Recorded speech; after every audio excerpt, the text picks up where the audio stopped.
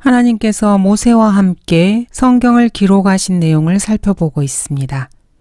인용한 성경은 한글 킹제임스 성경입니다.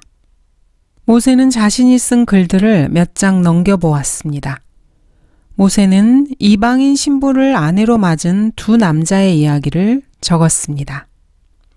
창세기 24장에서 이삭이 리브카를 아내로 얻는 이야기, 그리고 41장에서 요셉이 이집트 여인을 아내로 얻는 이야기를 적었습니다. 모세는 요셉을 이집트의 제2인자쯤으로 기술하고 있습니다. 하나님 아버지께서는 하나님의 아들과 성령의 유형으로 이 두 남자, 즉 이삭과 요셉을 기록하셨습니다. 그리고 금을 신성으로 나타내셨습니다. 창세기 41장 42절에서는 금사슬이라는 표현이 나옵니다. 이것은 통치권을 가진 한 통치자를 위한 것이었습니다. 파라오가 자기 손에서 반지를 빼서 요셉의 손에 끼워주고 고운 세마포로 만든 조끼를 그에게 입혀주고 금사슬을 그의 목에 걸어주더라. 금은 신성을 상징하고 있습니다. 요셉의 몸에 파라오는 금사슬을 걸어주었던 것입니다. 하나님의 아들과 성령의 유형, 즉 하나님의 유형을 요셉에게서 찾을 수 있는 대목입니다. 다니엘 5장에서도 벨사살 왕은 잔치 가운데에서 한 손이 나와서 벽에다 쓴 글, 그것을 다니엘이 해석하면은 그 해석을 내게 알려주면 너는 주홍색으로 옷 입을 것이요 금 목걸이를 목에 두를 것이며 왕국의 셋째 치리자가 될 것이니라 이렇게 말하고 있습니다. 여기서도 금목걸이가 나오고 있습니다. 하나님의 신성을 상징하는 것입니다. 이사야 41장 22절 23절을 읽어보도록 하겠습니다. 그들로 주장들을 내어놓고 무슨 일이 일어날지를 우리에게 보이게 하라. 그들로 이전 일들을 보이게 하여 그것들이 무엇이든지 간에 우리로 그 일들을 숙고하고 그 일들의 나중 결말도 알게 하라.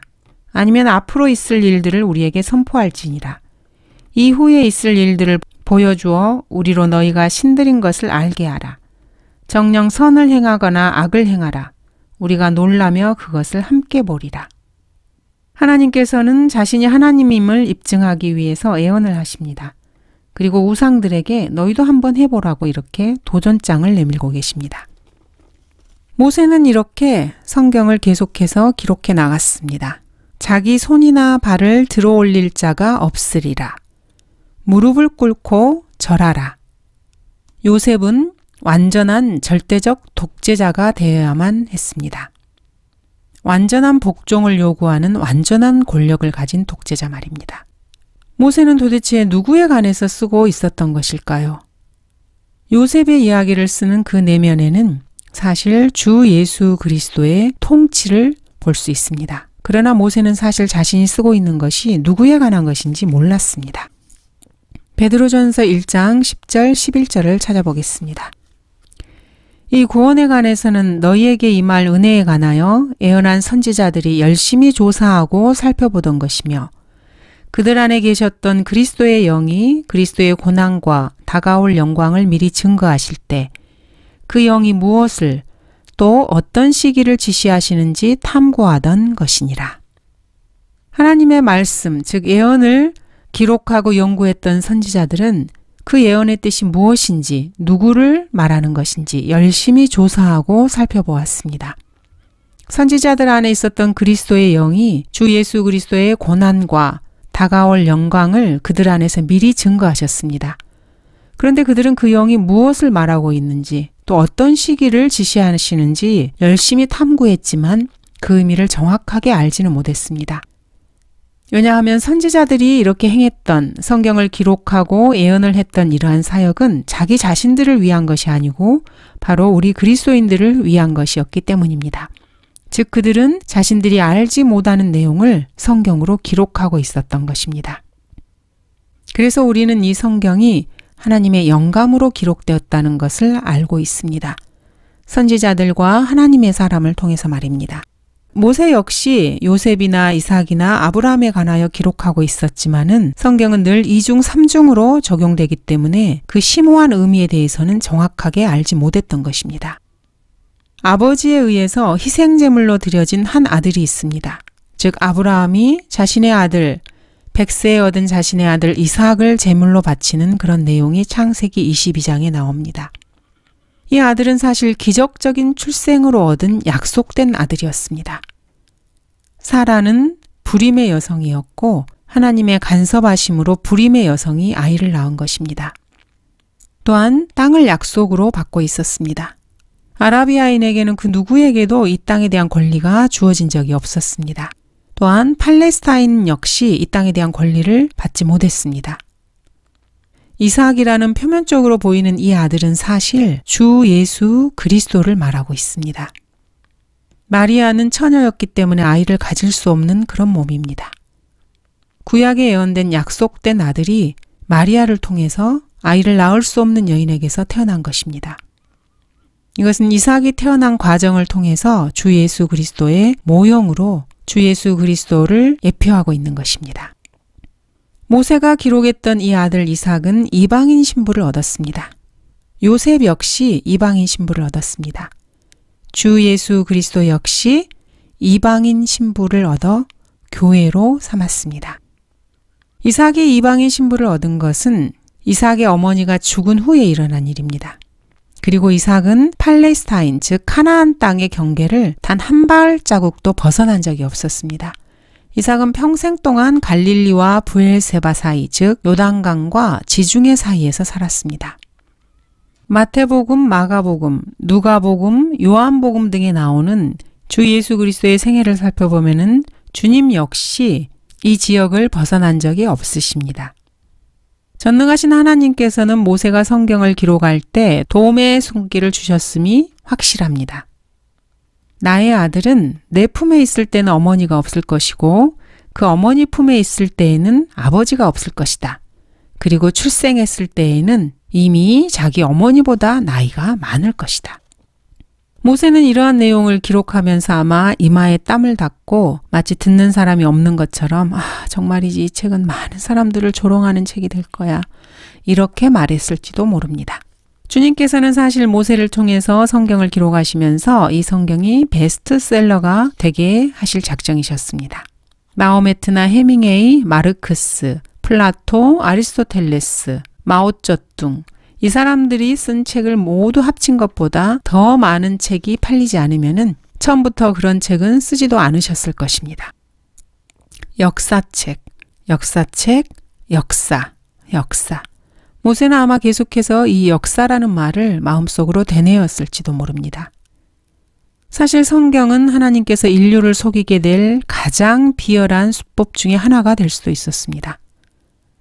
그러나 나중에는 구원의 유일한 방법을 드러내게 되는 그런 책이 될 것입니다. 로마서 10장 17절입니다. 그러므로 믿음은 들음에서 나오며 들음은 하나님의 말씀에 의해서니라. 그러나 내가 말하노니 그들이 듣지 아니하였느냐 실로 들었느니라. 그들의 음성이 온 땅에 퍼져나갔고 그들의 말이 세상 끝까지 이르렀느니라. 하나님의 말씀을 듣지 않고서 어떻게 믿음이 생겨날 수 있습니까? 믿음은 광신이 결코 아닙니다. 그 근거가 있어야 합니다. 무엇을 믿는다는 말입니까? 기록된 하나님의 말씀을 믿는 것입니다. 그러므로 하나님의 말씀을 듣지 않고 기록된 말씀이 없는 사람에게는 결코 믿음이 있을 수 없습니다. 사실 모세는 미래의 역사를 기록한 역사책을 쓰기 위해서 하나님께 선정된 사람이었습니다. 사실 모세가 그 당시에 쓰고 있었던 책의 내용들은 모세가 죽고 나서 2000년 후에 일어날 일들이었습니다.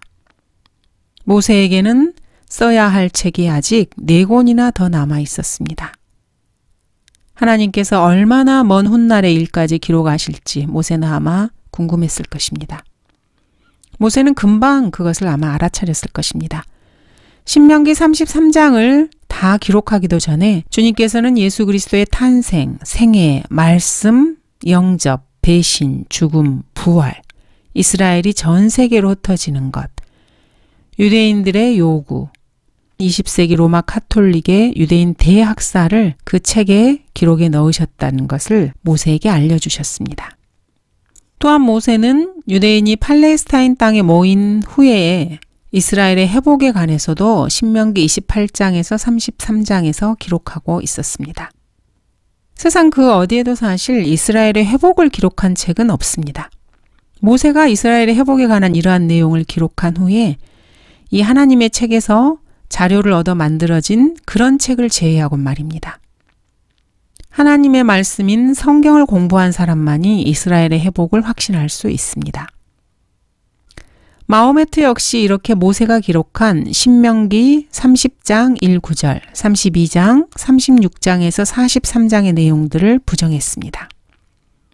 이 신기하고도 특이한 역사책인 성경은 음양론이나 영적 차원, 양심의 수준, 무한한 자와의 일체감, 경배의 형식, 종교, 삶의 방식, 구원받는 방식, 믿음, 자신이 대단히 철학적인 것으로 보이려고 애쓰는 그런 자기의로 가득 찬 바보들의 이야기로 시작되지 않습니다.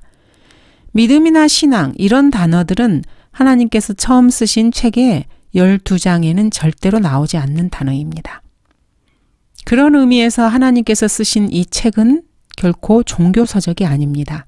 자신의 인생에서 종교서적을 10권 이상 읽어본 사람에게는 최소한 그렇습니다. 하나님의 책이 이렇게 시작한다는 것은 참으로 코란과 비교해 보면은 그 차이점을 분명하게 알 수 있습니다.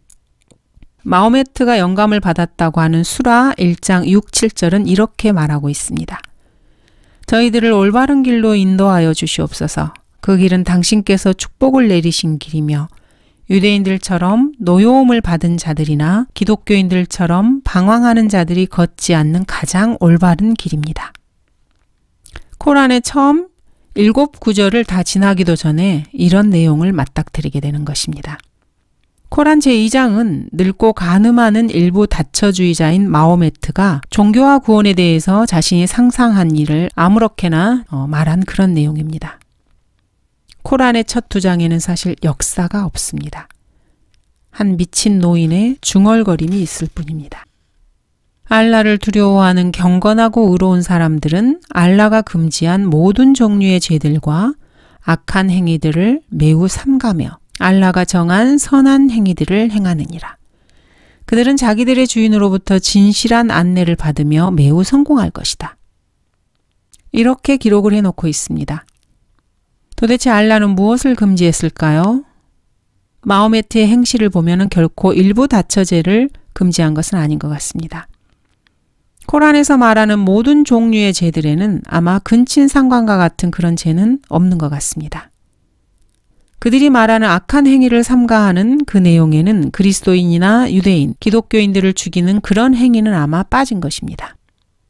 이러한 코란과 같은 반열에 넣어도 전혀 손색이 없는 몰몬경이나 탈무드, 공자, 논어, 함무라비 법전 이런 것들도 역시 마찬가지입니다. 모세를 통해서 쓰신 하나님의 책은 사실 짧은 선언문으로 시작됩니다. 10단어로 이루어진 선언문입니다. 이 10단어는 사실 역사를 다루는 단어입니다. 하나님께서는 모세를 통해서 역사를 기록하셨습니다.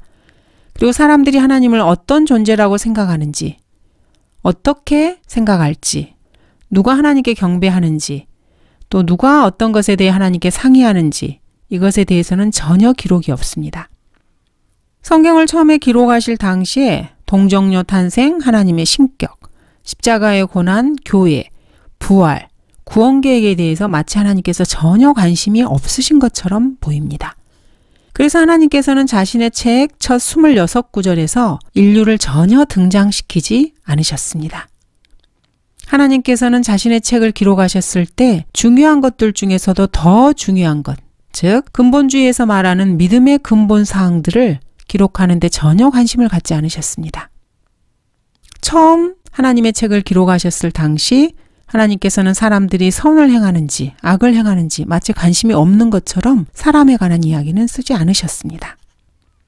실로 성경의 첫 구절들은 우주의 역사입니다.